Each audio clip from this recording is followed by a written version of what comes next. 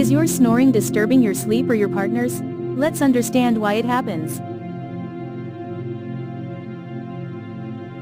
Snoring occurs when air can't move freely through your nose or throat during sleep, causing tissues to vibrate. Common causes include excess weight, sleeping on your back, nasal congestion, enlarged tonsils, smoking or alcohol, sleep apnea, which is serious. How to reduce it? Lose weight if needed, sleep on your side, use a higher pillow, avoid heavy meals at night, treat nasal or allergy issues.